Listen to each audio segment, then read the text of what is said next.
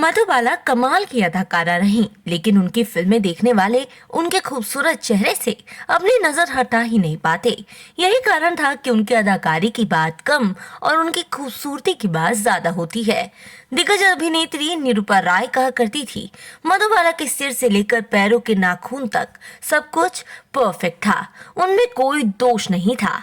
मीनू मुमताज कहा करती कि मधुबाला की त्वचा इतनी कोरी थी कि उनके पान खाने पर पता चल जाता था कि लाल रंग उनके गले से नीचे उतर रहा है। शम्मी कपूर तो मधुबाला को देखते ही अपना डायलॉग भूल बैठे थे। देवानंद को मधुबाला की खिलखिलाती हंसी बेहद पसंद थी। उनकी हंसी बेहद मशहूर भी थी। किसी को नहीं पता था कि वे कब किस बात पर हंसने लगेंगी और कितनी देर तक हंसती रहेंगी। कई बार तो मधुबाला शूटिंग के बीच ही जोर जोर से हंसने लगती थी।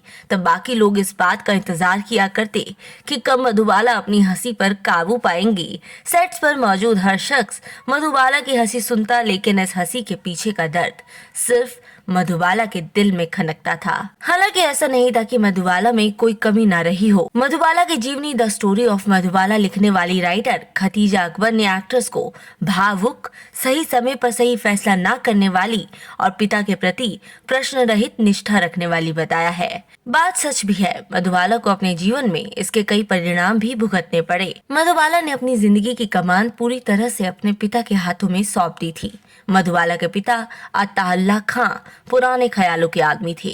वो खुद भी मधुबाला की जिंदगी पर पूरी तरह से काबू करना चाहते थे। यही वजह थी कि उन्हें दिलीप कुमार रद्दी भर भी पसंद नहीं थे। जब मधुबाला दिलीप कुमार के साथ फिल्म नया दौर की शूटिंग कर रही थी तो दोनों के बीच नजदीकियां और बढ़ीं। फिल्म की शूटिंग मुंबई में हो रही थी, लेकिन फिल्म के डायरेक्टर B.R. चोपड़ा को लगा कि फिल्म का कुछ हिस्सा भोपाल में भी शूट किया जाना चाहिए, लेकिन मधुबाला के पिता ने इसकी इजाजत नहीं दी। मधुबाला के पिता को लगा कि अगर फिल्म की शूटिंग मुंबई से बाहर होगी तो दिलीप और मधुबाला के बीच प्यार और बढ़ सकता है। ऐसे में फिल्म के 10 दिन की शूटिंग पूरी होने के बावजूद मधुबाला को इस फिल्म से निकाल दिया गया और फिल्म में उनकी जगह वैजंती माला को लिया गया। इस वाकये के बाद दिलीप और मधुबाला के बीच दूरी बढ़ गई। मामला अदालत में गया। नतीजन दिलीप और मधुबाला के बीच की कड़वाहट और बढ़ी। दिलीप कुमार ने भी अपनी आत्मकथा में मधुबाला के पिता के साथ अपने संबंधों के बारे में बात की है। उन्होंने लिखा है कि अताउल्लाह खान अपना प्रोडक्शन हाउस चलाते थे और वो 2 स्टार्स को एक छत के नीचे लाना चाहते थे, लेकिन दिलीप कुमार का फिल्में चुनने का अपना तरीका था।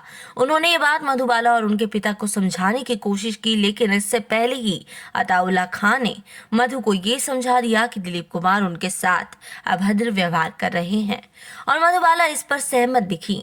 दिलीप कुमार को लगा कि वो एक जाल में फंसने जा रहे हैं और उन्होंने मधुबाला से अपनी शादी तोड़ दी।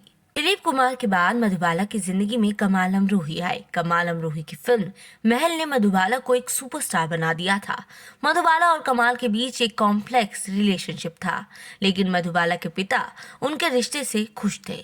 उस समय कमाल पहले से ही शादीशुदा थे और मधुबाला को अपनी दूसरी पत्नी के रूप में स्वीकार करना चाहते थे, लेकिन मधुबाला कभी भी अपनी शादी को शेयर नहीं करना चाहती थी।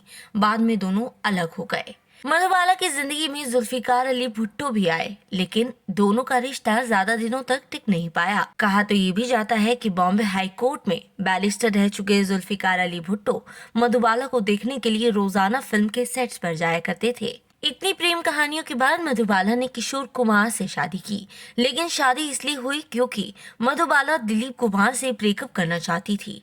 जब किशोर कुमार को मधुबाला की बीमारी का पता चला तो उन्होंने भले ही उनका सारा खर्चा उठाया हो, लेकिन मधुबाला अकेली रहा करती और किशोर कुमार कभी कभी ही उनसे मिलने आया करते।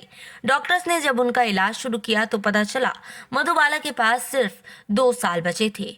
23 फरवरी को मधुबाला ने अंतिम सांस ली और जब उनकी मौत हुई तब भी मधुबाला शादीशुदा ही थी।